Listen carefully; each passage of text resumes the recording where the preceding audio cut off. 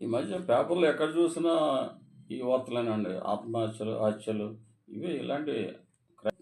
ఈ ఆత్మహత్యలకి కారణం ఏంటి అసలు? ఇవి మరి ఆపలేమా? అవేర్‌నెస్ క్రియేట్ చేయలేమా అనేది ఆలోచించాల్సిన విషయం అండి. చాలా సిల్లీ రీజన్స్. చదువులో ఫెయిల్ అయ్యామనో, సంసారంలో కష్టం వచ్చిందనో, భార్యాభర్తల తగుల వల్లో, ఆర్థిక ఇబ్బందుల వలనో, ప్రేమలో విఫలమయ్యాము అని అదోటి. అయితే సమాజంలో ఇతరులతో సమస్య వచ్చిందనో, సమాజంలో కూడా సమస్యలు వస్తుంటాయి కదా ఇతరులతో.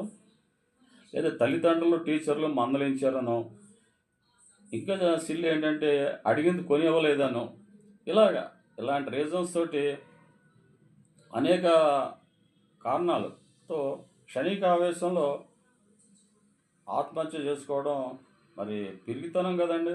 ఇది హేయమైన చర్య. భగవంతుడు ఇచ్చే జీవితాన్ని అర్ధాంతరంగా చాలించుకోవడం మరి పిరికితనం కదా.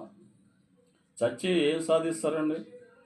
4 రోజులు అందరూ మర్చిపోతారు. కష్టాలు ఈ రోజు ఉంటాయండి, రేపు పోతాయి. కానీ జీవితం మళ్ళీ రాదు కదా. భగవంతుడు జీవితాన్ని ఇచ్చింది చావమని కాదండి, కష్టాలని ధైర్యం ఎదుర్కోమని, సుఖంగా బతకమని, అలాగే తోటివారికి సాయం చేయమని, 10 మందికి ఉపయోగపడమని. అంతేగాని అర్ధాంతరంగా ప్రాణాలు తీసుకోమని కాదండి.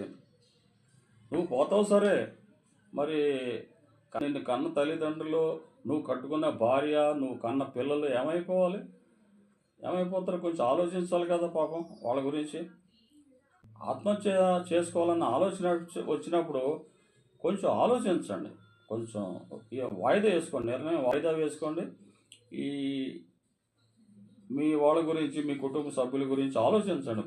కొంతసేపు ఆగండి. మైండ్లోకి వచ్చేసిందని ఉద్రేకంతో, క్షణిక ఆవేశంతో గబగబా ఆత్మహత్య చేసుకోవటం, దానివల్ల మీరు ఉండరు, పోతారు కదా. ఆ తర్వాత ఏం ఉపయోగం అండి? ఏం ఉపయోగం ఉంటుంది చెప్పండి దానివల్ల? అలా ఉండి ధైర్యంగా కష్టాలను ఎదుర్కొని మీరు నిలబడి 4 మంచి పనులు చేయండి.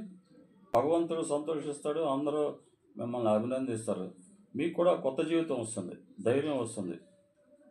అప్పుడు మీ ప్రాణాలు భద్రంగా ఉంటాయి, మీ కుటుంబం క్షేమం ఉంటుంది కదా.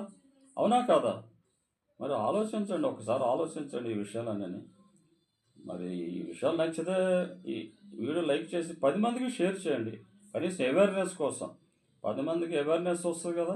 అలాగే నా రానా డైలీ టాక్స్కి దయచేసి సబ్స్క్రైబ్ చేస్తారని ఆశిస్తానండి. మరో మంచి వీడియోతో, ఇలాంటి వీడియోలతోటి మళ్ళీ మిమ్మల్ని కలుస్తాను. అంతవరకు సెలవు. నమస్తే అండి.